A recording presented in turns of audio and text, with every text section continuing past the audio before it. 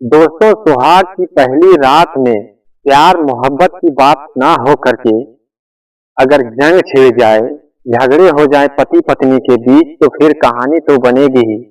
दोस्तों, आपने अक्सर देखा होगा कि जब एक लड़का और लड़की की शादी यानी रिश्ता तय हो जाता है तो एक दूसरे का दिल धड़कने लगता है और वो हर वक्त ये सोचते हैं कि आगे की प्लानिंग हमें कैसी करनी है और कैसे जीना है, और आगे हमें किस तरह से अपनी फ्यूचर को यानी प्लानिंग करते हैं वो। और वही वो रात होती है जो सुहाग की रात में एक पति पत्नी को अपने फ्यूचर के बारे में प्लान करना होता है, अपनी जिंदगी को आगे कैसे चलाया जाए, ये सब सलाह मशवरा करना होता है, प्यार मोहब्बत की ढेर सारी बातें करनी होती है। लेकिन ये सब ना हो के एक लड़ाई हो जाती है। मनीष जो है अपनी पत्नी को एक थप्पड़ जोरदार लगा देता है, यानी उसकी पत्नी का नाम पूजा था। पूजा को एक जोरदार थप्पड़ ऐसा मारता है कि उसके गाल पूरे लाल हो जाते हैं एक थप्पड़ से, और वो कोने में बैठे रो रही होती है और घूर रही होती है और गुस्से की नजर से मनीष की तरफ देखती है, फुंकारती है एक खूंखार शेरनी की तरह। और मनीष जो है वो करवट लेके सो जाता है। तो दोस्तों, मनीष को एक थप्पड़ जो अपने पत्नी को लगाया था, उस एक थप्पड़ का बदला उसे अपनी जान देके चुकाना पड़ता है। तो बने रहिए मेरे साथ। मैं हूँ किंग तस्लीम और आप देख रहे हैं हमारा यूट्यूब चैनल टैग तस्लीम हिंदी फैक्ट पर। आज की जो कहानी है वो मध्य प्रदेश की कहानी है। तो दोस्तों, आपको विस्तार पूर्वक कहानी मैं सुनाऊंगा। इससे पहले एक छोटी सी रिक्वेस्ट है कि अगर आप हमारे चैनल पर नए हैं तो चैनल को सब्सक्राइब कर लीजिए, बेल आइकन को प्रेस कर दीजिए ताकि आने वाली वीडियो की नोटिफिकेशन आपको मिल सके। और आपको हाथ जोड़ के एक विनती है आपसे कि वीडियो को लाइक शेयर जरूर कर दिया करें ताकि हमको मोटिवेशनल मिले और अच्छी अच्छी कहानी इसी तरह से लाभ से आपको सुनाता रहूंगा। तो दोस्तों, एक छोटी सी रिक्वेस्ट और है कि आप लोग कमेंट नहीं करते हैं, आपको किस तरह की कहानी सुनना पसंद है। आप कमेंट जरूर करें, मैं रिप्लाई जरूर दूंगा। तो चलिए कहानी को जो है विस्तार पूर्वक हम शुरू करते हैं।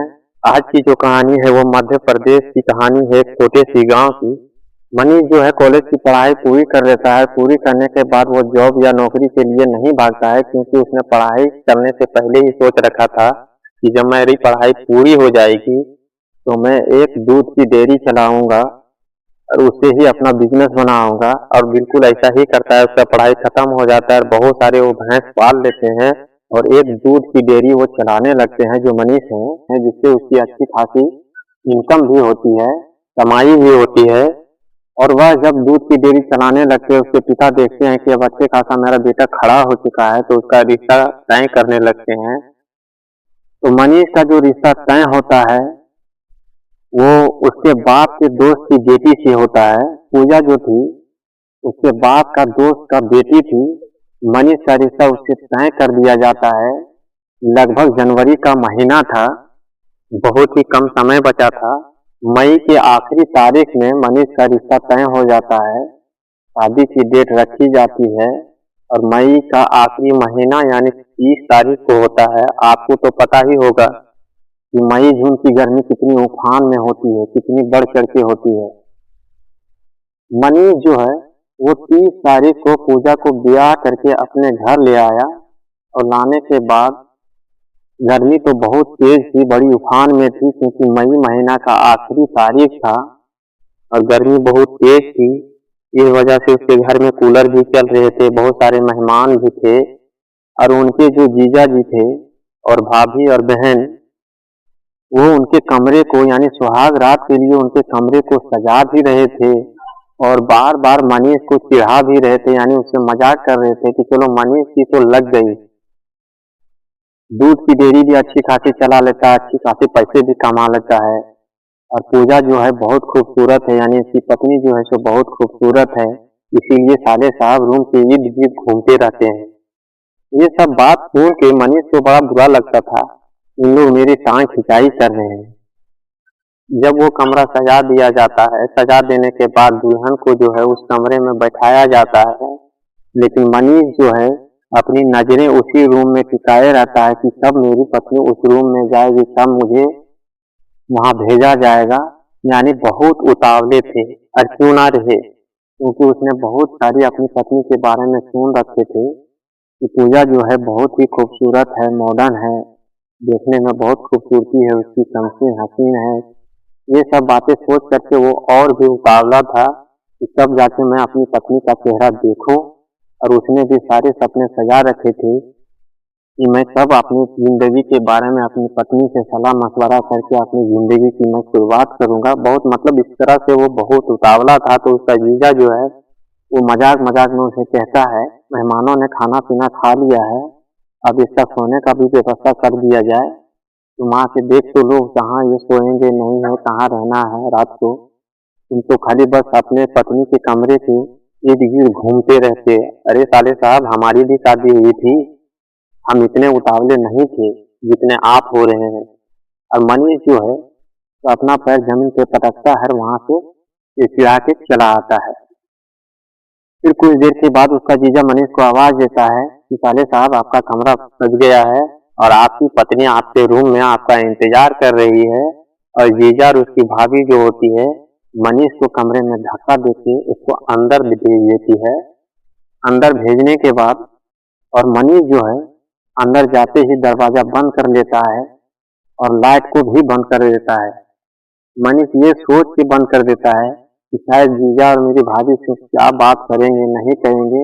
ये सोच के दरवाजा भी बंद कर देता है और लाइट भी बंद कर देता है और कान सटा के दरवाजे के पास खड़ा हो जाता है कि देखें भाभी और जीजा क्या कह रहे हैं मेरे बारे में।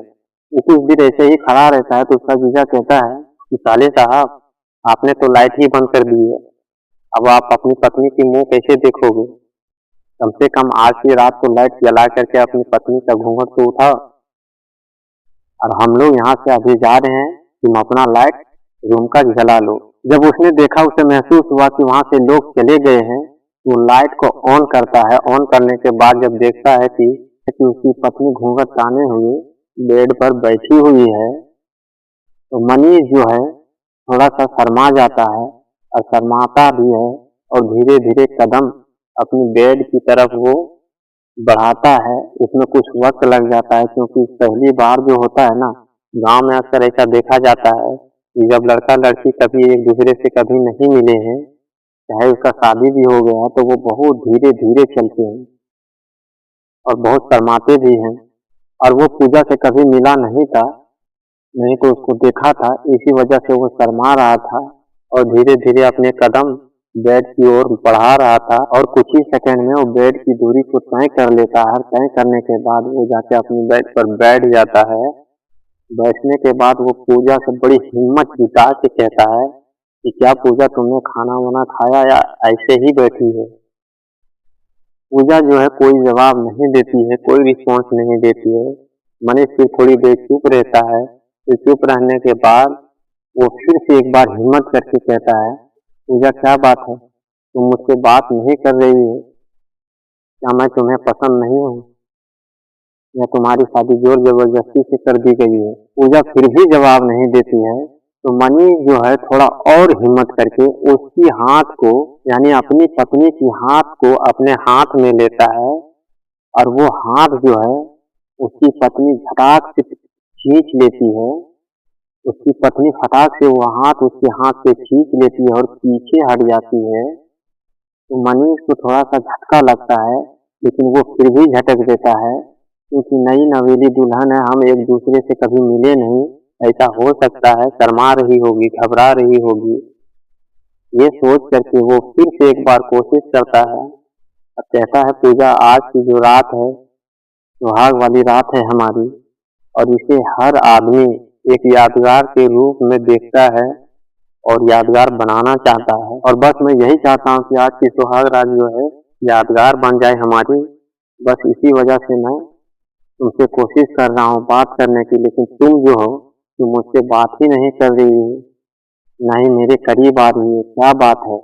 और ये सब बातें करते करते मनीष थोड़ा और हिम्मत करता है और फिर से पूजा का हाथ अपने हाथ में लेता है। तो फिर से वो अपनी हाथ को खींच लेती है और गुस्से भरी नजरों से देखती है और अपनी चिट्ठी तोड़ती है। वो कहती है कि दूर रहो मुझसे, मुझे छूने की कोशिश मत करो, मैं इस काम के लिए अभी तैयार नहीं हूँ। मनीष को थोड़ा ये सब सुनने के बाद उसके अरमानों पर सारे पानी फिर जाते, सारे अरमान जल के राख हो जाते हैं। जो उसने सारे सपने देखे थे कि हमारी बीवी आएगी, मैं सुहाग रात पर ये कहूँगा, वो कहूँगा, प्यार मोहब्बत की ढेर सारी बातें करेंगे, आगे जिंदगी में कैसे आगे हमको चलना है ये सलाह मशवरा करेंगे, ढेर सारी प्यार मोहब्बत की बातें करेंगे जो पति पत्नी का हक होता है, देंगे और लेंगे भी। ये सारे अरमानों पे मनीष की पानी फिर जाती है और वो फिर से एक बार झटक देता है और फिर से कहता है, पूजा क्या बात है, तुम तो ऐसे कह रही जैसे मैं पसंद नहीं हूँ, या तो तुम्हारी शादी तुम्हारी रजामंदी से नहीं हुई है या तो मैं पसंद नहीं हूँ। पूजा फिर चुप रहती है तो फिर वो एक बार कोशिश करता है उसे मनाने के लिए और उसका हाथ फिर से एक बार पकड़ता है, लेकिन वो फिर से झटक देती है। आंख लाल करके जब उसकी तरफ देखती है तो मनीष को बहुत गुस्सा आता है और गुस्सा आने की वजह से उसने एक थप्पड़ जोरदार पूजा को लगा देता है। लगाने के बाद उसकी पत्नी जो है वो रोने लगती है क्योंकि उसका गाल पूरा थप्पड़ से लाल हो चुका था और खूंखार शेरनी की तरह उसकी तरफ देख भी रही थी और पुकार भी रही थी।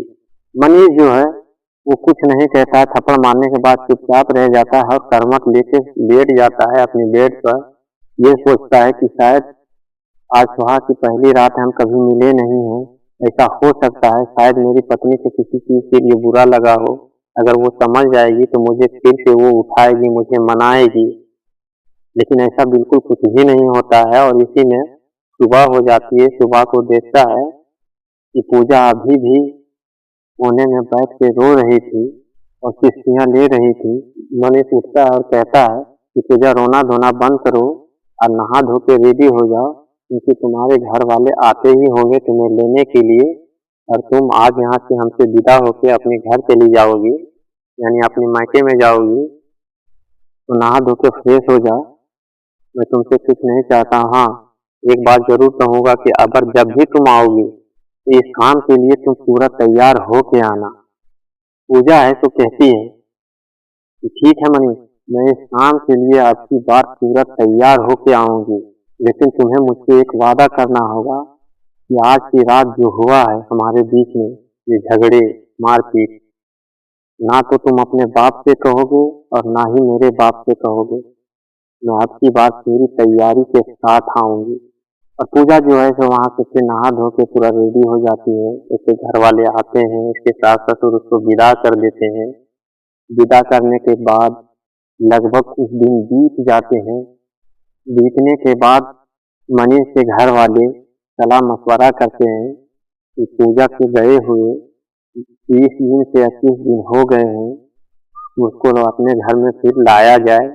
और मनीष जो है सो चुपचाप उस मशवरे को सुन रहा होता है और वहां पे वो कोई रिस्पॉन्स नहीं देता है। उसे कोई फर्क ही नहीं पड़ता है कि पूजा आए या ना आए, लेकिन वो मना भी नहीं करता है। उसके घर वाले मनीष को फिर उसे लाने के लिए कहते हैं, यानी 25 दिन के बाद मनीष अपना ससुराल जाता है पूजा को लाने के लिए। मनीष जब अपने ससुराल पहुंचा तो उसका सास ससुर बहुत अच्छे से ख्याल रखे। फिर पूजा की वहां से विदाई हो जाती है, यानी 25 दिन में पूजा जो है दोबारा अपने ससुराल में आती है। मनीष अपने घर उसको ले आता है। लाने के बाद उसके घर वाले मशवरा करते हैं कि पूजा हमारे घर दोबारा आई है, तो घर वाले सलाह मशवरा करते हैं कि घर में पूजा रखी जाए और रिश्तेदार और पड़ोसियों को भी बुलाया जाए, और मेरी बहू दूसरी बार मेरे घर में आई है तो आज पूजा तो होगी ही। मनीष जो है पूजा की सारी सामान ला के दे देता है। लगभग 8 बज चुके थे। सारे रिश्तेदार और आस पड़ोस के लोग जितने भी थे वो सारे भी आ चुके थे उसके घर में। मनीष जो है सारे सामान ला के दे देता है, पूजा का जो सामान होता है, और वो अपने काम में लग जाता है। क्योंकि वो जब ससुराल गया था तो वो भैंस को अपने चारा नहीं खिला पाया था, दिन भर वहीं रहा था और शाम को ही घर आया था। रात में भी उसे कुछ खाने को नहीं दिया था, तो उसने सोचा कि घर में चारा भी नहीं है भैंस को खिलाने के लिए, तो ऐसा करते हैं भैंस को जंगल की ओर ले जाते हैं वहां चराने के लिए। चरेंगे फिर इसको वापस लाके अपनी खटाल में तो बांध देंगे। और मनीष जो है सारे जानवर को खोल करके जंगल की ओर ले जाते हैं। मनीष जो है तो अकेला नहीं जाता है, उसका चचेरा भाई जो होता है वो भी उसके साथ चला जाता है जंगल में भैंस चराने के लिए। भैंस चराने जब लगता है तो लगभग 1 से 1.5 घंटा जब बीत जाती है उस जंगल में भैंस चराते हुए, फिर मनीष के मोबाइल पे एक फोन आता है, उसकी रिंग बजने लगती है और वो देखता है मोबाइल की स्लाइड पे ये नंबर किसका है। तो उसने देखा कि ये पूजा का चचेरे भाई का नंबर है। उसने सोचा शायद पूजा ने ही कुछ मंगाने के लिए इसे कहा होगा, इसीलिए मेरे चचेरे साले जो हैं वो मुझे फोन किए हैं। बाय द वे वो फोन उठा लेता है। उठाने के बाद उसका जो पूजा का चचेरा भाई वो कहता है कि रामखेड़ा गांव आ जाओ, यहाँ से कुछ सामान ले जाना है। और मनीष जो है रामखेड़ा गांव की तरफ रवाना हो जाता है, अपनी भैंसों को चचेरे भाई के हवाले कर देता है और वो रामखेड़ा गांव की तरफ रवाना हो जाता है। रास्ते में एक कार आके रुकती है तो मनीष जो है देखता है कि यह कार तो सतेंद्र की है। मनीष जो है सतेंद्र को जानता था, क्योंकि सतेंद्र जो है मनीष का फुफेरा भाई था। मनीष जो है सतेंद्र को अच्छी तरह से जानता था। वह यह भी जानता था कि पूजा जो उसकी पत्नी है इसके साथ कॉलेज में पढ़ी है, एक ही साथ में दोनों पढ़ते थे। सतेंद्र जो है उसे कहता है मनीष कहाँ जा रहे हो। मनीष जो है बोलता है कि रामखेड़ा गांव मुझे पहुंचना है, वहां से कुछ सामान मुझे लाना है। सतेंद्र जो है फिर कहता है कि मैं उसी तरफ जा रहा हूँ, चलो तुम्हें छोड़ देता हूँ। मनीष जो है उसकी गाड़ी में बैठ जाता है, यानी उस कार में बैठ जाता है सतेंद्र के पास। सतेंद्र जो होता है एक मजा की बोतल उसको उठा के देता है, क्योंकि उस दिन गर्मी भी बहुत ज्यादा थी, तरबतर पसीने से लथपथ था मनीष। मजा की बोतल को उसको उठा के देता है। मनीष जो है वो मजा की बोतल को पीने लगता है, अपने होठों से लगा लेता है। और यहाँ घर पे उसकी पूजा शुरू हो चुकी थी और घर वाले उसके राह देख रहे थे कि मनीष अब तक आया नहीं है। लगभग 12 बज चुके थे। लोग इंतजार कर रहे थे मनीष की कि मनीष अभी तक आया नहीं है।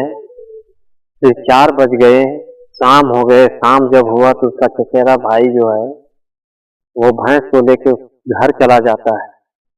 उसका चचेरा भाई जो सारे भैंस को लेकर के घर चला जाता है। लोग उससे पूछते हैं कि मनीष आखिर आया क्यों नहीं, तुम्हारे साथ क्यों नहीं। तो वो कहता है कि मनीष को एक फोन आया और वो बस हड़बड़ी में निकल गया और मुझे इतना ही कहा कि भैंस को तुम्हारे हवाले कर रहा हूँ, इसे अच्छी तरह से देखना, मैं तुरंत आ जाऊंगा।